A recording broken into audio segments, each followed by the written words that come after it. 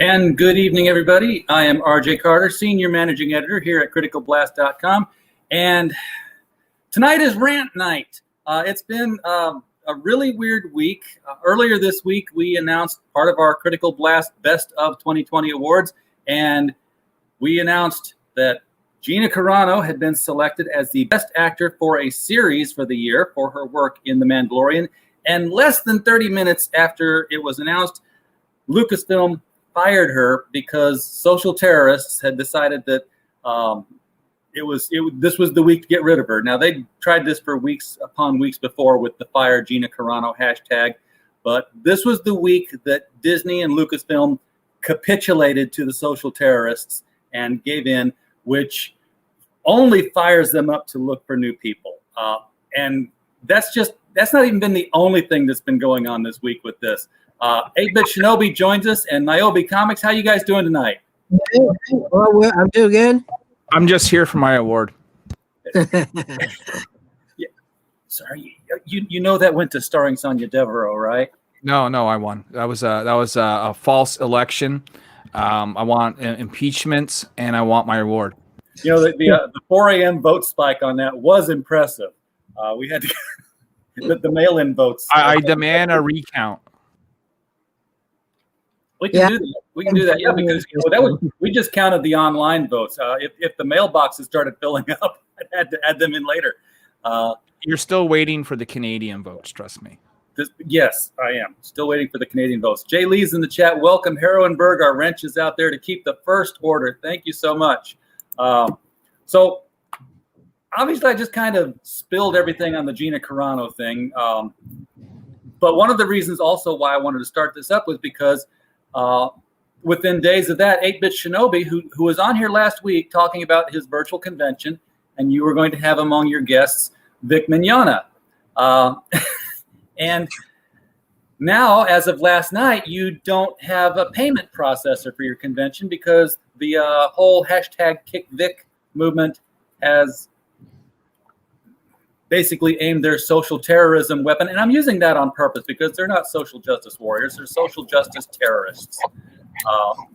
They have, thrown the weight of their hashtags and tweets towards Stripe. Or no, who is it that's doing your thing? Is it Stripe? Yeah, it's Stripe. Okay. And Stripe has come back. And what have they told you now? So we after getting all these hate mail and stuff, I said I just made a bold statement saying that these statements are untrue, and we will be screenshotting every comment, and we will take legal recourse if need be. And I guess that pissed them off because the next day we received an email saying that a vague comment saying that that we will no longer be doing business with you. So I sent them a message, and I got back saying that my account was flagged for something, and something about that I was a high risk because of disputes. So with that comment, it was very vague, but I think it gave enough to say that people complained. Yeah, absolutely, they did. 100% they did. There's no doubt that they complain because that's how the lynch mob works. You see, when we deal with the online Twitterverse, Facebook, social media, whatever, it's like the Game of Thrones. You remember when Cersei did her walk of shame and everyone was saying shame, shame, shame. Well, we've gotten into a really big habit of doing this as a collective, in the name of holding people accountable for their actions. But I've always ran by this thing called, due process. And due process means that you as a man, if you face allegations, you have a right to face your accusers. You have a right to a trial. You are innocent until proven guilty. But the way that the world works right now is not you're innocent until proven guilty. You are guilty until proven innocent. And then even afterwards, you're still guilty because of the public perception has made it such. And it's grossly unfair. And they've set themselves up as a false authority. All these people who, however they work behind the scenes to pull together and coordinate things, because they're taking it upon themselves that you have done wrong. according to us, not according to any law, not according to any court, not even according to any employer's rules. Employers will respond to shit like this.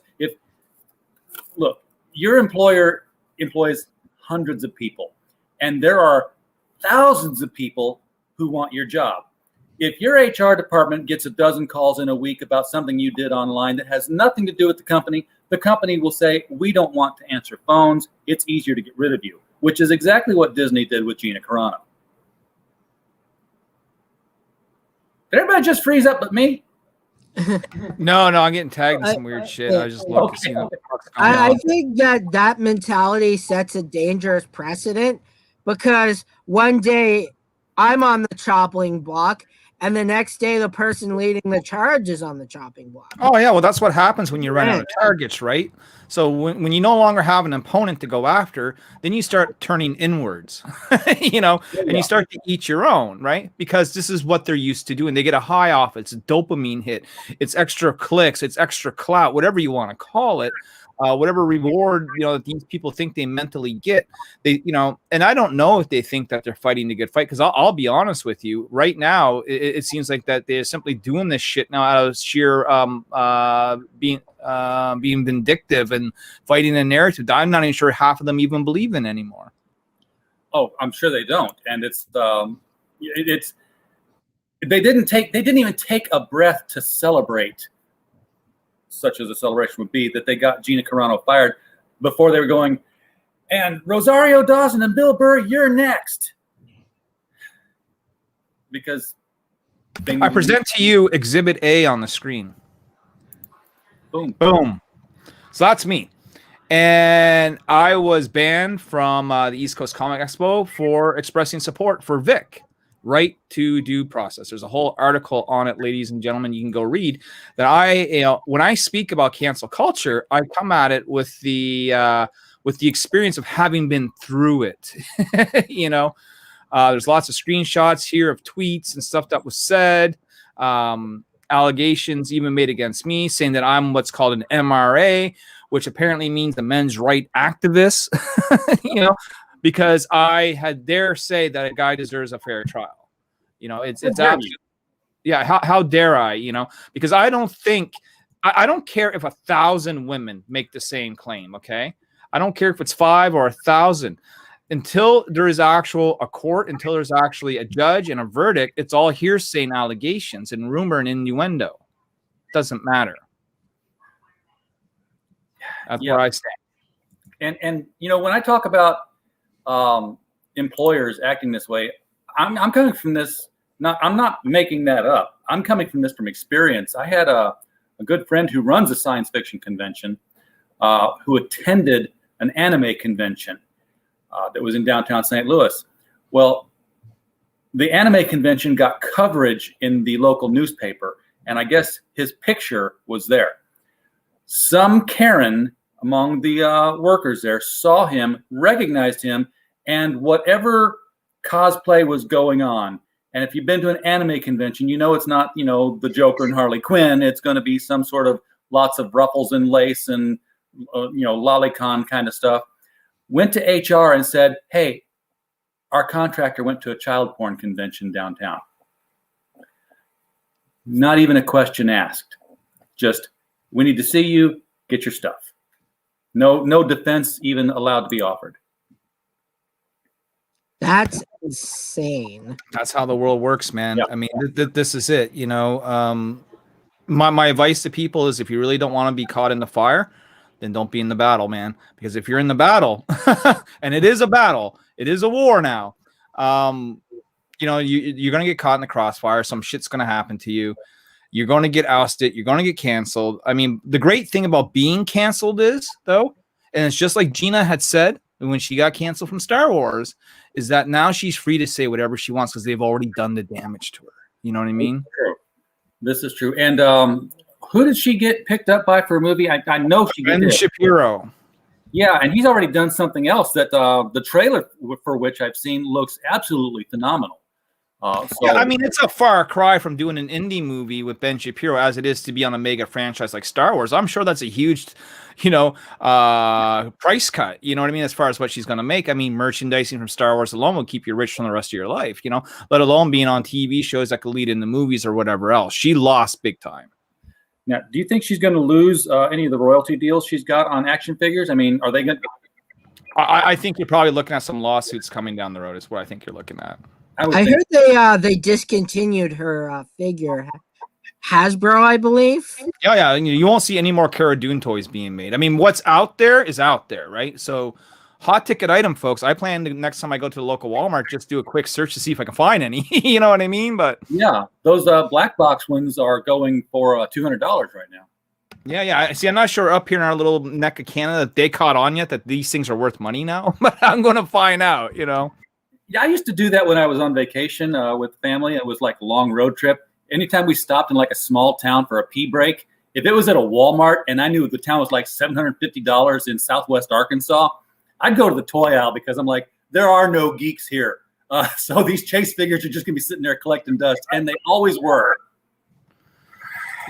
So I mean, I don't know about your virtual con, but if you ever need an indie guest that isn't fucking woke, let me know. You know what I mean? Yeah, for sure. Just hit me up on Twitter at HShinobi, and I'm looking for anyone. Yeah, well, I do the comic book Niobe. RJ can attest to it. That's decent. I mean, we did get ousted out of our reward, for fuck's sake. So, again, recount is happening, but... They were nominated. They were nominated for one of the best books of 2020. Among many, by the way, this year. It was a huge crowd. It took you a half hour to go through the list, sir. It did. There was just that damn many of them. But Heroinberg's in the chat says that the whole idea of the chopping block goes back to the French Revolution. Everyone thinks they can be a mini Robespierre online. And let's remember what happened to Robespierre when it was all over with. We do remember what happened to Robespierre, don't we? I know who that is. Yeah. Okay, French Revolution. Robespierre was the leader of the whole, we shall make France a nation of reason, and we shall get rid of these aristocrats. Well, when he got rid of all the aristocrats, the mob got real. Was like, hey, we like this whole chopping block thing. Who's the next leader? Who's leading? Hey, Robespierre's leading. Let's march him down to the guillotine. Well, this is what I said about once you run out of targets, what happens next? It's that simple, man. So while it's good for the goose now, it won't be good for the gander later. I'll tell you that. Oh, no, it won't. The thing is, they have to turn in on themselves. And because we can't certainly turn around and, say, hey, tables have turned, turnabout's fair play, that kind of thing. Because, my God, when that happens, it's insurrection, impeachment. So we got to play the long game. That trial was such a joke. Look, those lawyers were brilliant. If I ever have to go on trial, I want them fucking lawyers, I'll tell you. But this is how it has to work now is we have to be a little bit more sort of sly in what we do. I mean, we sit back, we grab the popcorn, we munch a little bit, and we watch as these new leaders are held accountable for their actions now because they're going to be on trial just as much as anyone else is, right? Because they're the ones in charge. So the slightest misconduct, the slightest mistake, and the mob comes for them. And then when the mob comes for them, and now we have, leftists fighting leftists, that's when the Republicans come in for the clean sweep. That's what you got to do. So Jay Lee says that the two figures that we were talking about for Cara Dune are canceled, but the regular one is still in production. So be aware of the regular one. I wonder if Ethan Van Sciver is going to start buying up Cara Dune figures like he did for the Tico ones. What a fucking asshole! Ethan, I'm on your side, man. I'm a guest on your stream, dickhead.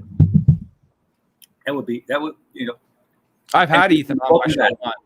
2 years ago, we had him on. Out of nowhere, I'm like, if Ethan wants to come on my show, let him. And I threw out a link. And 2 minutes later, Ethan's like, yeah, I'm here. That was 2 years ago when anybody could get him. Now we got to interview him on the spot, like.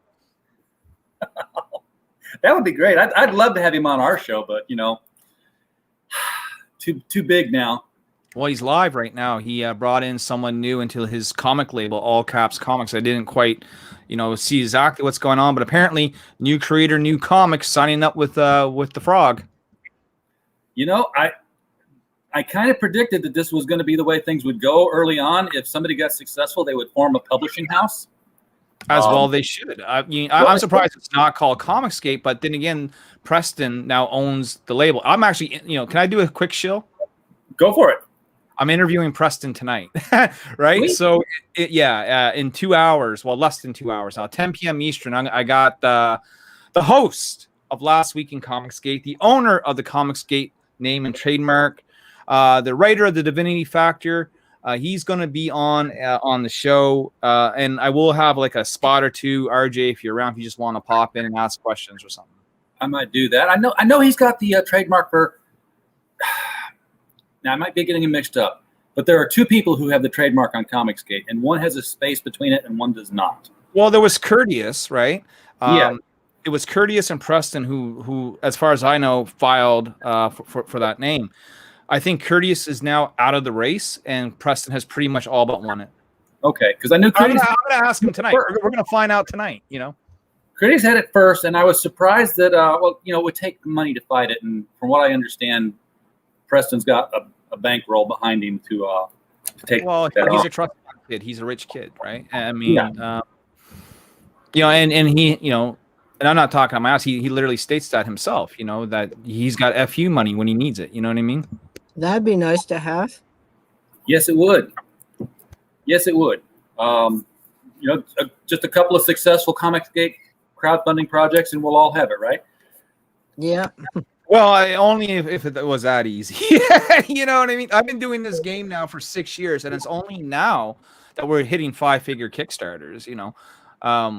It's a long game, man. Comic books is a hard, long grind. And if you're not in it to win it, if you think you're going to come in and put out a comic book and you're going to be the next Ethan Van Sciver or Brian Pulido from Lady Death, I got to tell you another thing. Either you better have something that is fucking mind-blowing, that dazzles everyone that ever sees it, or you're going to be doing the long grind like the rest of us creators do on a daily basis, every single moment of our lives. And I think there are some who can do it. And I think the first one we're going to really see come out from nowhere, because the ones we've seen are people who are already established pros and just, go out on their own and make the big bucks.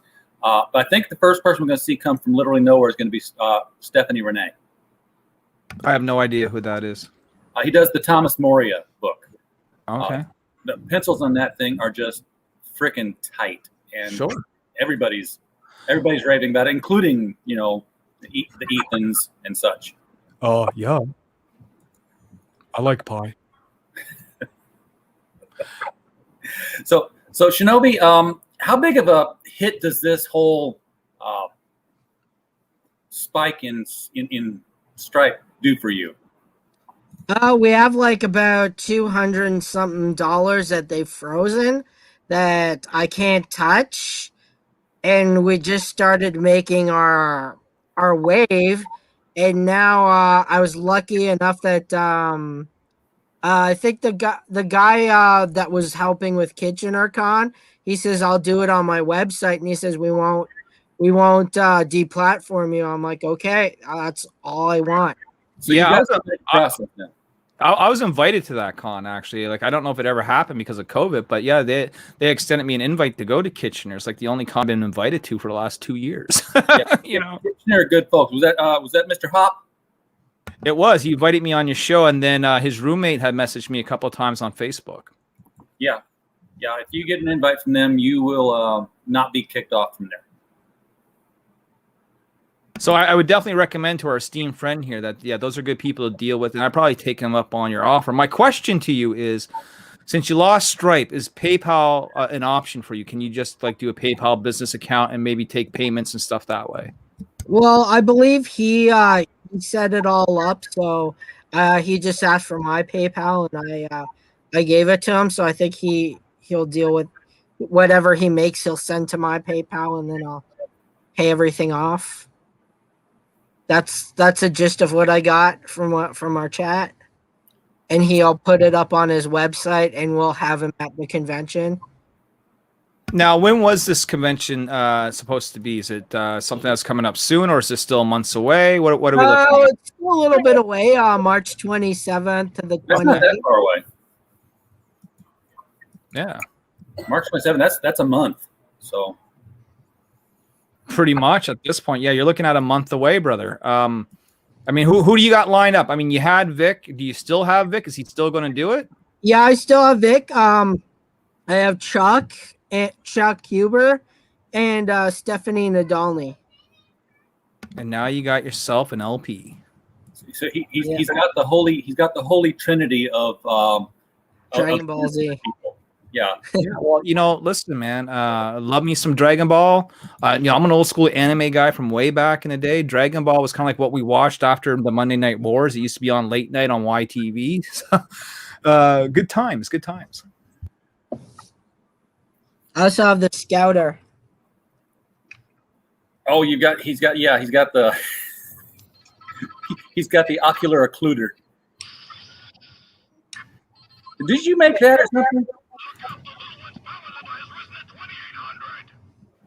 Well, let me ask you this: what made you decide that you wanted to do your own convention? Is this the first time you've tried to do something like this before, or?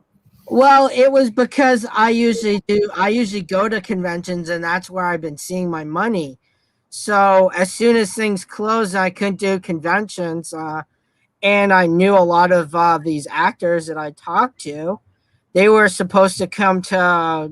For our grand opening of our arcade bar, Vic and Chuck were supposed to come, but because of COVID, everything's been put on hold. And I'm like, I'm tired of it being on hold. I'm going to make my own virtual convention that's not an hour Zoom call. It's a 5-hour, 2-day convention where you can actually move around to tables and talk to different vendors. That's actually like a con, despite what all these fakers are saying that, oh, yours is just like the Zoom con that other Comic Cons are running that are free.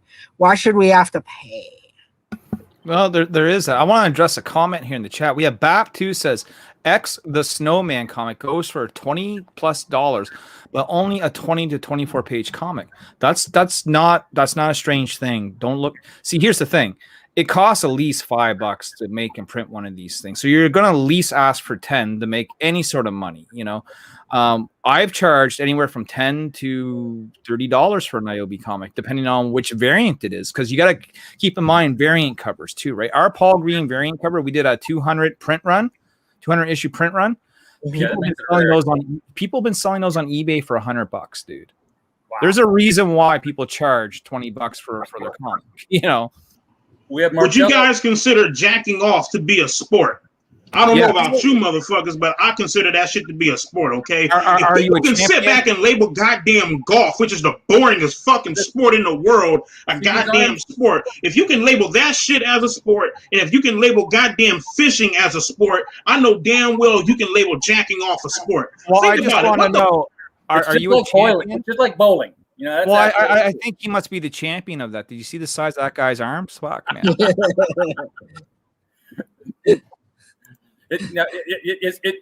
Are you sure that it's a sport? Because your arm looks pretty built up there, man. I want to see your trophy. Oh, it's gonna be like a fist with a sausage. You know what I mean? Like the new meaning to Critical Blast. Yes. You never know what's going to happen on a live stream like this. Yeah, don't come on here and think you're going to troll us, buddy. I got you fucking beat all day long. Jesus Christ. The link, if you want to come in, anybody's right up there at the top. It's that way, kind of, sort of. The top. Jack off champions and all, brother. Bring it. This is the new virtual con. Hey, my high school coach was Mr. Imhoff, and he said, yes, my father's name was Jack, and that's the last we're going to say about it. I don't got very much longer, RJ, because I do got to prep for my own thing there, but I got a question for you. Yeah. Do you want to see it? Do I want to see what? That's the question, isn't it? Do you want to see it, sir? I'm ready to expose myself to the world. You know what I'm saying? Okay, then let's do it. All right. So I'm going to show you Exhibit A. Okay, Exhibit A. I don't know if we're ready. Now, we've all seen this before, right? We've all seen that. Yeah. Beautiful. Okay, so that's a beautiful cover, of course, of Mary Jane by the one and only J. Scott Campbell, correct? Yes. Yes. Yeah. I'm going to show you the newest Niobe cover. Actually, that's not it. Oh, I thought they were going to be in order. Hold on. Boom. Let me go find it. Throw up a J. Scott Campbell Niobe cover. What's that? I thought you were going to throw up a JSC Niobe cover there. Oh, well, I'm going to throw up something very, very cool here. I actually just had the wrong file. Just give me one sec. So we saw the cover. We all know what we're talking about. This is going to be one of the newest Niobe covers by our brand new artist, by the way. We just hired this guy. He's going to be doing the interior arts as well. So this is a cover swipe of that cover that we had just seen. This is done by a guy named Fernando, whose last name I cannot pronounce. But he is the artist for Mary Machine Gun with Max DeVille. You know who they are, don't you? Yes, I do. Yeah. So he has now signed up to be the official artist of Niobe as well. So he'll be working on Mary Machine Gun and Niobe. We're gonna, we're not gonna stretch him too hard there, but yeah, he's on board and he did a great job coloring that too. Now here's the second cover I want to show you. Now we all remember this one, right?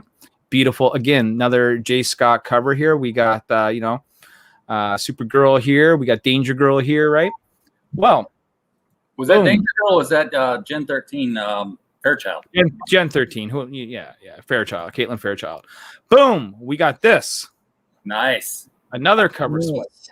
Now this is done by a guy by the name of CB Zane, and so that's Niobe with Mighty Might, which is his character that he has with Big Dog Inc. and other books. They just done like a huge crossover event with Comic Unity.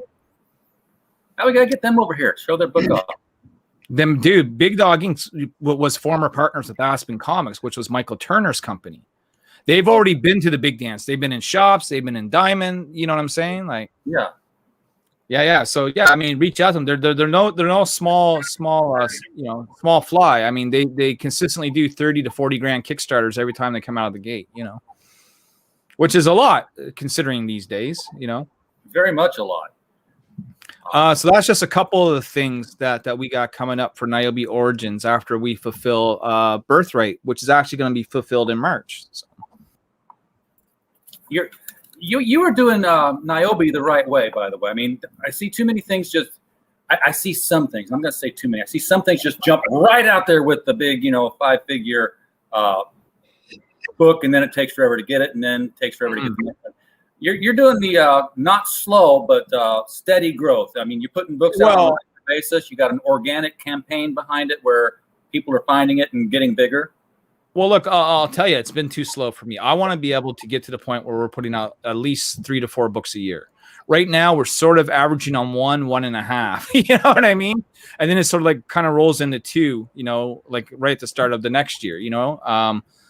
But our old artist, and I don't take nothing away from him, his talent, anything like that, but he was doing 6 books at once. And the problem with doing 6 books at once is someone's book is going to suffer, right? And we've been waiting for 7 months to get this book. Fern from Mary Machine Gun says he can get the job done in 3 months. Wow. So, I mean, that's half the time. I talked with the old artist. I said, I explained my situation. I'm like, we can't wait this long for pages. And he's like, I understand. But he says, I got to make my money too. And I'm like, yeah, but dude, when you're doing 6 books at once, I said, I know the money's great and all, but everything gets slowed down, And I said, I can't be slowed down anymore. So we're just at the height of, starting to get somewhere with this thing. And the longer we wait, the more damage it causes. So with his blessing, we didn't part on bad terms. He understands his business. So with his blessing, we went ahead and hired a new artist. So Samir will finish up his last 2 pages, and then we're done. I will show you a page from the book just so people can see what it looks like on the inside. This is one of our latest pages here. So full cover. Yeah, I know he's a great artist. It's just, he's taking on a lot of work. He's getting more popular. He's doing work with Scout Comics now and stuff like that. So this is what happens when you hire mercenaries. They're not going to be with you forever. You know what I mean? That's just how it is. That is very cool. Yeah, it's a quick sneak peek to any of the viewers who might or have heard of Niobe and they're thinking about maybe getting involved.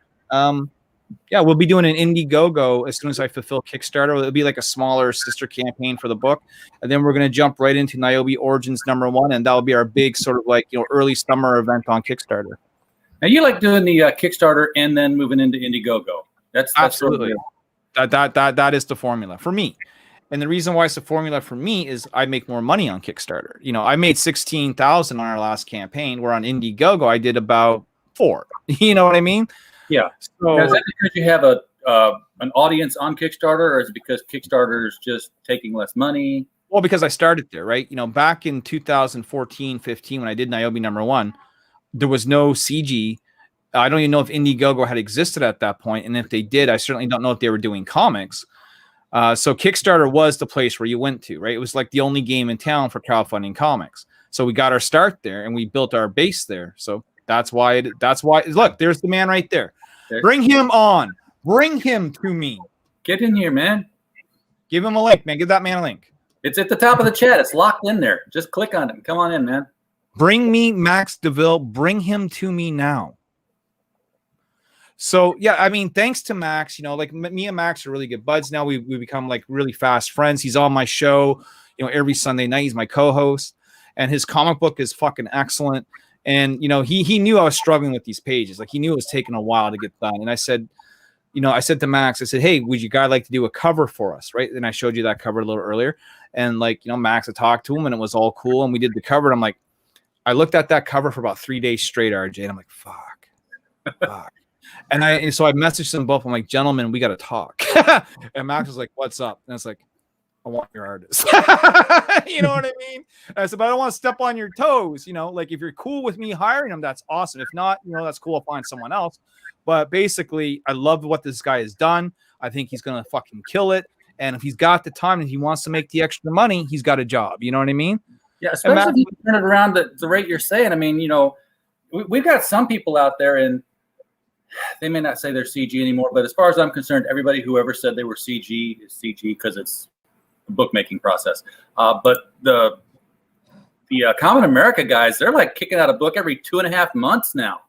I love those guys. Let me tell you something about Tim Lim and Mark Pellegrini. They have treated me fucking excellent. In fact, I'm in their book, right? Not Niobe, but me as myself. Me and Tyler Carpenter from Draw and Talk make a cameo appearance in Common America 3. And according to Tim Lim, we're pivotal to the plot. Like we do something that like shakes the foundation of what's going on, me and Tyler. So I can't wait to see what it is because I don't know, right? And Tim Lim is probably smart by not telling me because I'd be like a fucking Tom Holland from Spider-Man. I'd probably just spill it all, So like, yep. But excellence. Like, listen, all those guys from Antarctic Press. Like, if you look at my avatar right now, that is Niobe and Sailor Rogowski from Rags. That's a crossover cover that I was able to do with Brian Ball. And my Niobe character appears in his Sailor Rogowski manga now, right? As an ongoing sort of side character, which is fucking awesome. We're also on the cover of Punchline 15 from Matt Weldon that will be in shops in a couple of months from now. Things. Let me just say this: things are looking good, and what's looking good is this man right here with that Vampirilla cutout, Mr. Max DeVille of Atrocity Press. What's going on, sir? What's up, everybody? Go on, Max. How you doing, RJ? We're doing fine, man. We're just kind of started out on the whole, goddamn, they're canceling everybody again in 2021. Well, Max knows all about that because I've been on rants on my Facebook page about that very subject. So I'm glad to see that I'm not the only one that is, worried about this at all. Well, we're actually doing we're doing a piece on Shinobi's issue here being defunded or not defunded. Oh, Max, you got to get a load of this fucking story, man. I don't know if you've been listening. Have you? I just picked it up. I was eating dinner. Okay, well, this man here was going to do an online virtual con, and still will, I think. But because he had Vic, you know why I got kicked out of cons for defending Vic, right? Yep. He was going to have the man himself, Vic, on his virtual con, and then the mob came for him and then canceled his payment provider. That's fucking ridiculous. Yeah. You see what I'm saying? Like people think I'm crazy, RJ, because of my fucking spew on Facebook the last 2 days about cancel culture. And then yet we get another fucking example of it right here for no fucking reason at all. You know what I mean? Yeah. And what was it? I don't know what newspaper he writes for, but his whole thing was that, Gina Carano getting fired for her tweets was proof that cancel culture doesn't exist. I'm like, you're the fucking guy who puts the rat cage on Winston Smith's head. You're trying to get us to believe this. Yeah, that's her getting fired is proof that there is cancel culture. Yeah, look, they canceled Trump off of Twitter. If they can remove the president from making public statements on a public platform, they can do anything. Yeah, these social justice terrorists have gotten a taste of power, and nobody's taken it back from them. Nobody's slapped their hands, and it's going to get abused. Abused as all fuck, you know. It's already abuse. How can it get abused? How can abuse get abused, man? Well, man, we're going to see it. But like I said, my prediction is, another year or two, and then they're eventually just going to turn on themselves that, like, no one is going to be able to uphold the moral code that they all think they can uphold. No one is going to be able to live up to those standards, man. So they're all going to be targeted. Oh, it's already happening. They've been canceling each other left and right for the last year. They run out of targets. Josh Whedon's canceled, right? Wasn't he a big advocate for feminism and all this stuff? Now what's happening? All these allegations are coming out against Josh Whedon of unprofessional conduct on the set of fucking Justice League and Buffy the Vampire Slayer. What's next? I wonder when the Firefly cast is going to come out and say something. You know what I mean? Like, I don't know. From everything I read about Joss Whedon, it just seems like people are mad that they had to do extra work. I'm saying there are 5 lights, sir. There are 5 lights. Yes. There. Well, I don't know how many lights there were. I haven't seen the episode in forever. I think there were. Guys, I gotta get going. I gotta put my kitties to bed. Hey, listen, man, it's really good meeting you. And I'm not kidding. If you want a couple of guests, I mean, you're looking at 2 right here that aren't afraid of cancel culture. We'll come on, man. We'll talk comic books. We'll show you what we got. But I'll say this. I'm more interested in the Funkos that you got behind you. Oh, yes. I should talk about that before I head off. So right now, one of our thing is these little guys. So we're getting them from Toys on Fire, a local toy store. You can buy one of these and get it signed by Vic, Chuck, or Stephanie. Oh shit! Really? For every ticket that you buy, you have a chance to win this guy. Oh fuck yeah, brother! Or this guy. No, I want the Funko Pop. What do I got to do to win the Funko Pop, man? You just gotta purchase a ticket. And how much is a ticket, man? 35 American, but there's other things that you could buy. You can even buy a shirt. So we got Vic shirts. So it has Vic's face on it, but with Broly, and it's a cartoon shirt. That's epic. You can buy that. You can buy autographed Funkos, the little ones, and anything puts you into the draw. And we have a big draw. If we're able to make $20,000 in sales to help our guys out, like Vic and Chuck and Stephanie, if we can make that, we're gonna be doing a draw for a custom-made arcade system with Dragon Ball Z decals. With you could put up to 20,000 games from every retro system, from Nintendo, SNES, Sega, Atari, Game Boy Advance, and light up buttons, wheels. It has the whole works, and it'll have the signatures of Chuck, Stephanie, and Vic on it. That's awesome. So I just want to clarify something. You showed not the big Funko, but a little Funko that you're saying that you're getting from your local store there, right? Yeah. Those are for sale?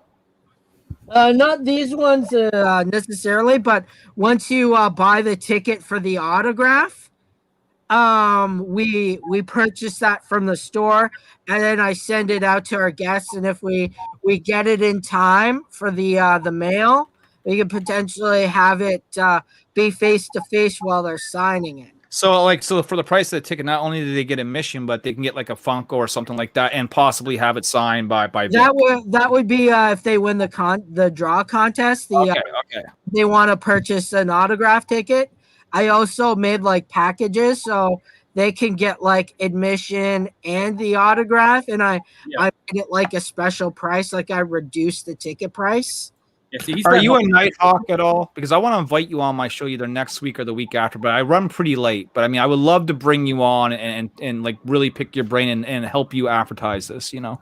Yeah, sure. I'm open to have you guys on our convention, and I'm always open to be on any show. I'm going to add you on the Twitter right now so I don't forget, because I will forget. You know what I mean?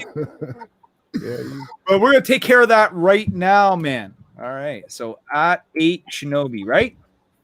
Yes, that's my Twitter. All Excellent. right. Well, thanks for having me on. We'll see you, Shinobi. Is it 8-bit Shinobi? Or is it, yeah, are you 8-bit Shinobi?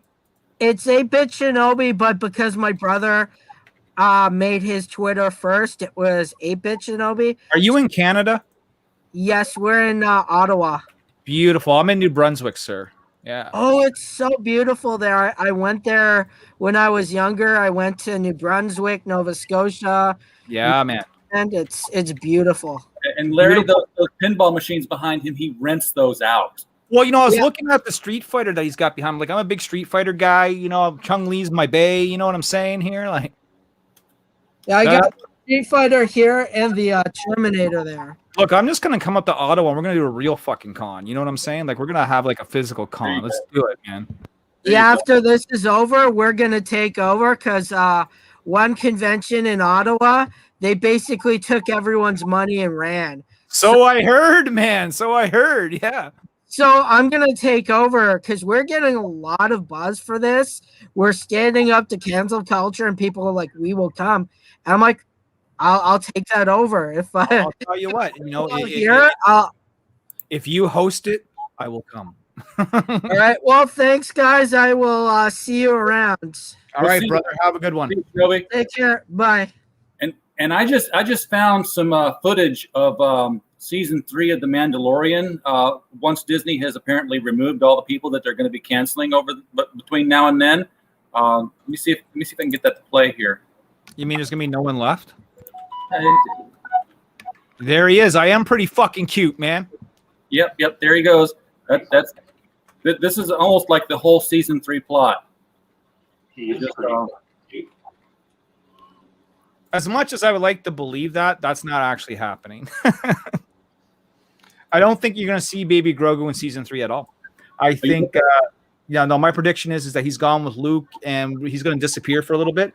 And season 3 is going to actually focus on the title of the show, Mandalorian. It's going to focus on the Mandalorians and the take over of their world. Now that Din Djarin has the dark saber, you're going to have Bo-Katan, who's going to kind of want that back. So you're going to have some internal sort of clan strife while they go ahead and try and take over Mandalorian. Because now they got the big ship to go ahead and try and do it, too. Like, that whole last episode was a setup for season 3 and what's to come. It's got nothing to do with Baby Yoda at all. Now, you think they're going to recast or you think they're going to kill? I think she's just going to disappear. I mean, I think she's just going to fly off into space and you never fucking see her again, you know? Yeah, because they had that meme that said, the Mandalorian, Cara Dune got thrown out of an airlock or something. I don't know. She's just gone now. Yeah, she's dead. No, but seriously, I mean, she's just gone off to greener pastures, back in hiding. They could say that she got killed, I think a recast is a bad idea. I don't think anyone's going to buy it, and I think it's just going to cause more of a shitstorm. Yeah, and Rosario Dawson, I love Gina Carano, but I think Rosario is a much bigger name. I think she's going to be harder to cancel. I could be wrong. Well, she won't be in The Mandalorian either. She's got her own series, Ahsoka, that's coming out. Yeah, and I think that will be in 2022. I mean, there's like 10 new Star Wars series coming out. So like Cara Dune was supposed to go to Rebel Rangers, right?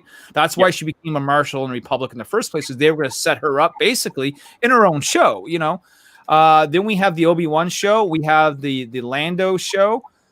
We got God, what else do we got? There's so many of them. There's the Bad Batch, the animated show. There's so much Star Wars content coming out.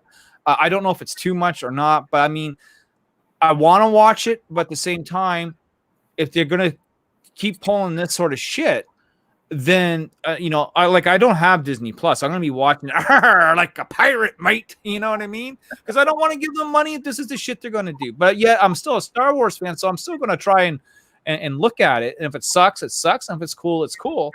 Mandalorian was cool. Is it going to be as cool now? I don't know. You know, I don't know. Do you think enough people actually did the whole unplug from Disney Plus? Fuck yeah, they did. Listen, Max can tell you right now. He tried to unsubscribe that very night, and he couldn't. He was locked out. They're not going to let you quit. Not that night. They weren't letting him quit that night. Max, did you finally get to quit Disney Plus? Yeah, I did. It wasn't letting you do it the day of, but it finally the next day it let me do it. It's like, oh my God, so many people are quit. We got to put an end to this. Let's at least give them a day to cool off, and maybe they'll forget all about us, you know? Yeah, that's what I was wondering. If it was like a cooling off period. Well, their stock dropped like 23%. Yeah, there was a heavy dip in their stock as well. Yeah, that's right. They'll survive it. Oh, of course. I mean, they'll bounce back, and people will eventually forget about it. But I mean, it depends on how often this sort of thing occurs. You know, if this is going to be the new norm, where it's like, who is the fucking cancellation celebrity of the day going to be today? There's going to be no one left in a year.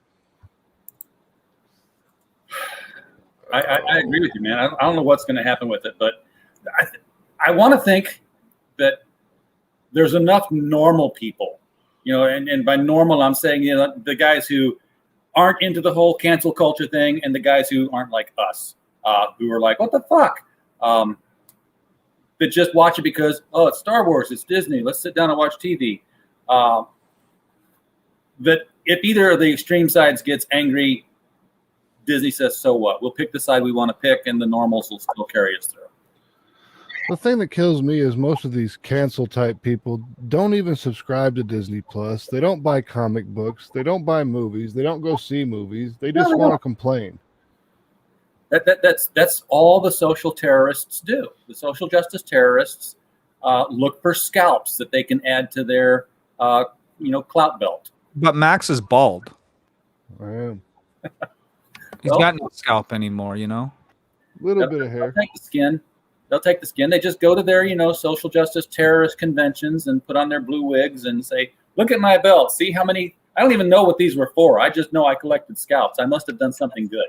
Lots of chatter in your box here. They're talking about how Disney's coming for Flash Gordon and Buck Rogers and cancel culture, man. One guy here is saying that he heard Disney Plus lost over 10 million subscribers. I would like to see that number somewhere. I mean, if that is true, that's fucking significant, you know? Like, oh yeah, it is. I don't know if it would be. I don't know if they lost that many. I mean, do they even have that many subscribers? Fuck, I don't know. Well, I bet they do. I mean, how many households are there in America that watch Disney? And everybody's streaming now. Coming for Flash Gordon and Buck Rogers, but I mean, those are like old series. What are they going to do? Nobody's even playing them right now, are they? Listen, we have fucking someone from Buck Rogers with us right now. Twiggy, what's your fucking take on this? He's crazy. That's right. They got 95 million subscribers. Damn. Okay, so now they have 85 if this is a valid number. Well, that it seems more realistic now. I don't know. We start seeing 10 million. I mean, I used to run. Look, that's almost 10% of your subscriber base saying "fuck you." You know what I mean? Yeah. That's a hit. I mean, Cara Dune was one of the most popular characters, and it's what Disney supposedly wants. They want a strong female character that's a protagonist that people like and will buy her toys. I'll tell you this. When they first introduced that character, I hated her, right? I thought, here we go. Here's another fucking feminist fucking shoo-in that can take on Din Djarin, right? She can fucking bloody well nearly go toe-to-toe with the Mandalorian. And I hated it, right? I'm like, oh, no. But she won me over. And it's not because of her posting on fucking Facebook or Twitter. It's because just the way they sort of developed the character, and she really was a legit badass and a fucking rebel shock trooper. And they, she was from Alderaan, and they gave you all this fucking history that kind of made you fall in love with her, you know? Well, initially, I thought she was an SJW fucking throw-in, you know? Yeah. That's John. I did too when I first saw it. Cray. When I first saw it, I was like, oh boy, she's beating up the Mando. This is going to be one of those SJW implants that's just like, here, we got a strong female character. You guys have to like her. And I'm like, I don't know about this, but yeah, by another couple episodes and they brought her back in again, I was like, okay, this is all right.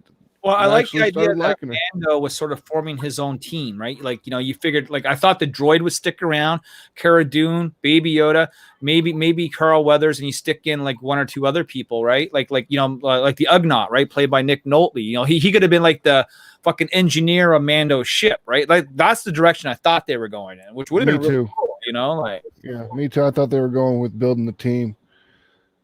Now, what's Bill Burr's role in all the Star Wars stuff that's coming out? He played an ex-Imperial trooper that later basically became a bounty hunter that Mando used to work with back in the day. Okay, so his ex-Stormtrooper story arc was like 10 times better than Finn's ex-Stormtrooper story. Yeah, man. He only had like 2 episodes that he was in. Look, I covered the entire second season while it came out. So another quick show. If you go to my channel, Rebel Comics, we did I Have Spoken, a Star Wars chat, where week by week we went over all this. And I'll be the guy to say I was the one who predicted Luke Skywalker. When everyone else on the fucking show said no, I said, you watch. He's going to come in with the green saber. You're not even going to see him to the very end. Like, the way I laid it out was like, oh, it's like Disney was listening to me, RJ, like beat for beat, you know? Yeah, that was the moment of you could hear the collective gasp around the country if you just stuck your head out the door. Yeah, well, everyone thought it was going to be like Mace Windu or something, you know? I was like, no, it's going to be Luke because he's the only one that makes sense. Because if you look, it was going to be Ahsoka, and then I saw the X-wing, and I was like, oh. Well, they had already shown Ahsoka though, and that was the thing. She already said, "I'm going to go after Admiral Thrawn. I'm going to find fucking Ezra." She already has her mission, right? She already said, "I can't help you, but put Grogu on the stone. He's going to summon a Jedi, and a Jedi will come from him." Well, when you look at the timeline, which was 5 years after the Return of the Jedi, there was only one fucking Jedi out there, and it was Luke. Yeah. So, yeah, I guess that's all the Jedi that are left, isn't it? That's the way they had laid it out. I'm sure there was like one or two in seclusion. It depends if you go to like the extended universe. There's other Jedi that were out elsewhere, but then you also got clones of Luke Skywalker that were Luke and Luke. I mean, who is really going to come for Baby Yoda other than Luke? With the connection that Luke had with the original Yoda, you have now a new member of his species, probably the fucking rarest of the rare, summoning a Jedi. Yes, it's going to be Luke that comes from. And the minute I saw that X-Wing, I was just like, yes! You know, yep, I knew it too. I was like, are they just tricking me though? Are they just tricking me with the X-Wing? And then the green lightsaber kicked on, and I was like, nope, that's Luke Skywalker. Yeah, there was no way they were pulling the sham over eyes. And, like, you know, I was wondering how bad they were going to butcher the CG at the end. And it looked okay, but it was like a little robotic, you know what I mean? They did have Mark Hamill actually play the part instead of the new kid that they want to play Luke, which is Sebastian Stan or something like that. Which, yeah, I'd be fine with that because they've already recasted the old guys anyway. We already had, you know, Aldrin Albright as Han Solo. We've already had, you know, Glover as young Lando. So what's wrong with having a young Luke now? They've already done it. So, you know, we've already done it with the Star Trek cast. There are sometimes some characters that are so timeless that they're going to age. You know, they're going to be around forever. And eventually you have to give those characters to new people. This is a side shot here from what we've been talking about Star Wars, but Bap2's in the chat, and Bap2 backs a lot of the books that come on our show. So, always appreciate his input.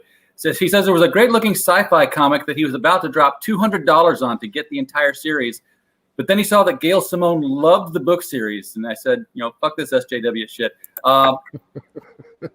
Gail Simone, I met her in 2011, long before the word SJW was a thing, long before the Great Divide. And when I met her, I thought she was cool. Now I don't, you know, I mean, with the way she's been lately, I don't think we would get along. But at the time, you know, she was coming off of her Batgirl run. She was starting to do Red Sonja, and she was telling me all about that. And we were talking about Dungeons and Dragons and shit like that. So, you know, and then I think Gail Simone is a talented writer. If you leave the activism out of it, like, she did a great job on Red Sonja. Like, I'm not going to take anything away from her, you know. I interviewed her once, written interview, during her Birds of Prey run, which I thought was just a phenomenal, fresh take on a superheroine series. So I was all into that. And her Secret Six I thought was really good. But it's amazing how activism changes you. You know what I'm saying? You start pushing your when activism gets pushed harder than a good story, that's when it's just done for me. I feel like do you remember RJ, do you know what a chick track is, right? Yes, I do know the chick track. Okay, Jack Chick. Now, Marvel comics are nothing but chick tracks for social justice. I can buy that. They're over the top, pushing it in your face, and it's just that's just the way I see it. Every time I look at one, like I bought the new X-Men comic just because I was like, let me see what they're doing with one of their, Marvel's top tier properties in comic books. And the art was horrible. The colors looked like flats. And it's just, the story was just god awful. I'm like, who's been writing in this shit? They're just trying to occupy shelf space. Every time a slot opens up in the LCS planogram, Marvel wants to be first on it. Say, take that slot so nobody else can. Yeah, that's true. I mean, remember that, what was it, back in the 90s when they did Marvel shops? Yeah. Marvel tried to ruin a local or comic book stores. Yeah. They've been trying to destroy comic book shops for a long time. And I liked Gale on Batgirl the first time. The second time, the activism was clearly showing through, and this was before the anti-Comicsgate thing was a thing. This would be about 2015, I think. When it was Batgirl of Burnside, and the whole, oh my God, my doctor totally misgendered me kind of thing. That was like, yeah, that'd be dangerous, wouldn't it? Yes. It's like, I'm sorry, your doctor's not going to misgender you. You're not going to accidentally get a vasectomy because he thinks you're a man. Well, RJ, I got to bail, man. I got about an hour. I do my thing, but I got to have my ritual fucking puff and set up the show and wake the fuck up and all that good shit. But I want to thank you very much for having me on the show. It was cool to meet that other cat. I feel for him. I hear him. I understand him. You know what I mean? Like, I hear you, man. All right. Well, thank you guys for coming on and carrying the show for me. Oh, Max is gonna stick around for a while longer. I mean, but I'm gonna get ready to. I gotta go too. Yeah, I've got to get as well. I'm gonna send us out with the video I did because I worked like 3 fucking hours on this thing to get it right, and I don't want to get just one play out of it. So, do it. Do it. Here we go, guys, and we'll see you later.